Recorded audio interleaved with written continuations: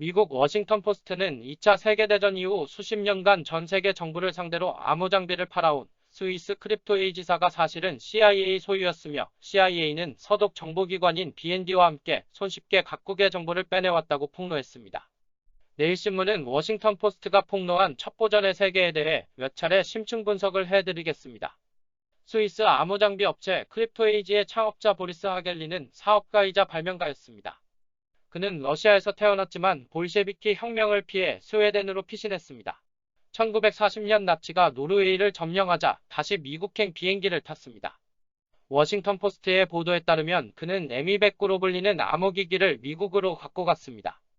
M209는 나치가 쓰던 암호기기 애니그마처럼 정교하고 확실한 보안성이 없었습니다. 하지만 하겔린의 기기는 휴대할 수 있고 손으로 돌려 전력을 얻었기에 군대 이동 중에도 사용 가능하다는 이점이 있었습니다. 이는 미군의 필요와 딱 맞아떨어지는 장점이었습니다. 미군은 대강의 암호를 만들지라도 간편한 기기가 필요했습니다. M209로 보안 메시지를 보내는 건 따분한 일이었습니다. 철자 하나마다 다이얼을 돌린 뒤 기기 오른쪽에 달린 크랭크를 힘줘 잡아내려야 했습니다. 그러면 숨은 기어가 튀어나와 암호화된 문자를 종이 조각에 새겼습니다. 통신장교는 변환된 메시지를 모르스 부호로 보냈습니다. 보안이 너무 약했습니다. 모든 적들이 해독할 수 있었습니다. 하지만 암호를 푸는데 시간이 걸렸습니다. 암호는 보통 군대 이동과 관련해 전술 메시지를 주고받는 데 쓰였습니다. 따라서 나치가 암호를 해독할 때면 정보 가치는 이미 사라질 터였습니다. 2차 세계대전 동안 약 14만 대의 M209가 미국 뉴욕주 시러큐스에 있는 스미스 코로나 타자기 공장에서 만들어졌습니다. 이를 위해 미 육군은 크립토사와 860만 달러 계약을 맺었습니다. 전쟁이 끝난 뒤 하겔리는 스웨덴으로 돌아와 공장을 재가동했습니다. 그는 미국에서 큰 돈을 벌었습니다. 이 때문에 일평생 미국에 대해 충성하리라 마음먹었습니다. 그렇다 해도 미국 정보기관은 하겔린의 전후 움직임에 대해 불안한 시선을 갖고 있었습니다. 1950년대 초 그는 더 진전된 암호기기 CX-51을 만들었습니다. 보다 불규칙적인 기계적 배열로 미국의 암호해독가들을 당황케 했습니다. 새로운 암호기기에 놀란 미국은 이를 하겔린 골칫거리라 칭하며 집중 논의하기 시작했습니다. 미국 중앙정보부 CIA 내부 보고서에 따르면 이 시기는 미국의 암호 해독술에 있어 암흑기였습니다. 소련과 중국, 북한은 이미 미국이 해독할 수 없는 암호 제조 시스템을 갖고 있었습니다. 미국 첩보기관들은 만약 다른 나라들도 하겔린의 새로운 암호기기를 사들이게 되면 전 세계에 무슨 일이 벌어지는지 알 길이 없게 된다는 점을 우려했습니다. 미국은 하겔린을 움직일 몇 가지 지렛대를 갖고 있었습니다. 첫째, 미국 주도 이념에 대한 하겔린의 호의. 둘째, 미국이 여전히 자신의 암호기기에 대한 대량 구매자가 됐으면 하는 바람.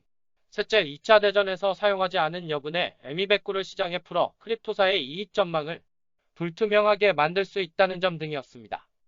미국은 또 보다 중요한 인적 자산을 갖고 있었습니다.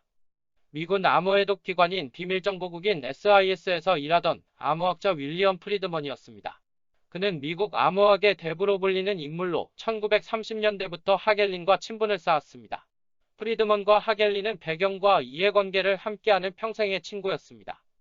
둘 다 당시 소련에 두고 나온 유산이 있었고 암호의 정교화에 강한 열망을 갖고 있었습니다. 하겔린과 프리드먼은 1951년 미 워싱턴의 코스모스 클럽에서 저녁 식사를 가졌습니다. 이 자리에서 하겔린과 미국 정보기관은 첫 번째 비밀협약을 맺었습니다. 이른바 루비콘 작전의 탄생입니다.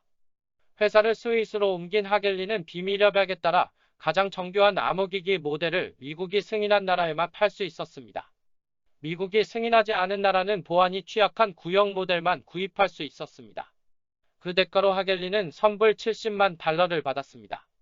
이후 20년 동안 하겔린과 미국 정보기관의 은밀한 관계는 지속됐습니다. 1960년 CIA와 하겔린은 라이선스 협약을 맺었습니다. 기존 약속을 재확인하면서 하겔린은 85만 5천 달러를 받았습니다. 또 매년 7만 달러를 상담료 명목으로 크립토사가 전 세계 다른 나라들과 계약하지 않는다는 조건으로 1만 달러를 지급하기 시작했습니다. 이는 정보기관 영역의 전문용어로 고전적 의미의 거부작전이었습니다. 전술적이거나 전략적인 가치를 갖는 무기 또는 기술을 적이 점령하거나 이용하는 것을 막기 위해 실시하는 작전입니다. 하지만 이는 크립토사와 미국 정보기관의 협력 중 초반부에 불과했습니다. 이 비밀 협약은 곧 독일 연방정보부인 BND가 참여하는 방향으로 확대됐습니다. 미국 측은 애초부터 하겔린에게 암호기기를 조작할 수 있게 해달라 요청할 생각이었습니다. 하지만 프리드먼은 그런 구상에 반대했습니다. 하겔린 입장에선 지나친 처사로 여길 것이 분명했기 때문입니다. CIA와 미 국가안보국인 NSA는 1960년대 중반 새로운 기회를 포착했습니다. 전기 회로기판의 보급이 확산되면서 하겔린은 외부의 도움을 받아야 했습니다. 새로운 기술에 적응하기 위해서였습니다.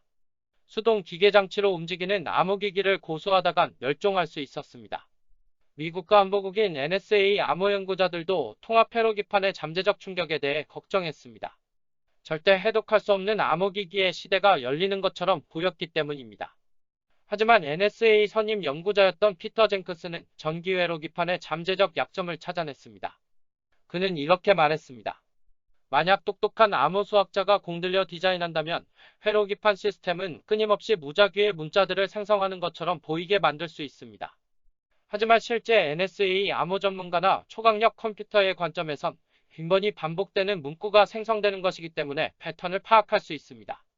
2년 뒤인 1967년 크립토사는 완전히 새로운 전자식 암호기기 H460을 출시했습니다. 기기 내부 설계는 NSA가 담당했습니다. CIA 내부 보고서를 보면 이 관문을 넘어선 것에 대해 자화자찬하고 있습니다.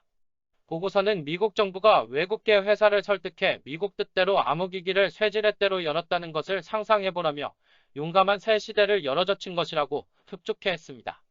미국과 안보국인 NSA가 어설픈 백도어를 설치하거나 암호키를 토해내도록 비밀 프로그램을 심지는 않았습니다. 타국의 비밀 통신을 가로채는 임무는 여전히 어려웠습니다. 공중신호를 가로챌지 아니면 몇 년을 더 기다려 광섬유 케이블을 도청할지 결정하지 못한 상황이었습니다. 결국 크립토사 암호기기의 알고리즘을 조작해 해독 과정을 간소화하는 방법을 택했습니다. 여러 달이 걸릴 수 있는 해독 과정이 단 몇 초로 줄어드는 경우가 많았습니다. 크립토사는 늘 두 가지 버전으로 제품을 생산했습니다. 우방에게 팔 수 있는 안심 모델과 그 외 나머지 국가들에 파는 조작 모델이었습니다. 이를 통해 미국과 하겔린의 협력은 수동적인 거부작전에서 적극적 선제 조치로 진화했습니다. 크립토사는 제품 구매국을 제한적으로 선별하지 않았습니다. 구매자를 속이도록 고안된 기기를 더 적극적으로 팔기 위해 노력했습니다. 성과는 기대 이상이었습니다. 크립토사의 H460 암호기기를 구매하는 외국 정부들은 구형 모델보다 훨씬 우수해 보이는 전자식 암호기기를 극찬했습니다. 하지만 그 나라들은 미국 정보기관에 자국의 비밀 정보를 넘기고 있다는 걸 상상조차 못했습니다. 구독과 좋아요 버튼을 눌러주세요.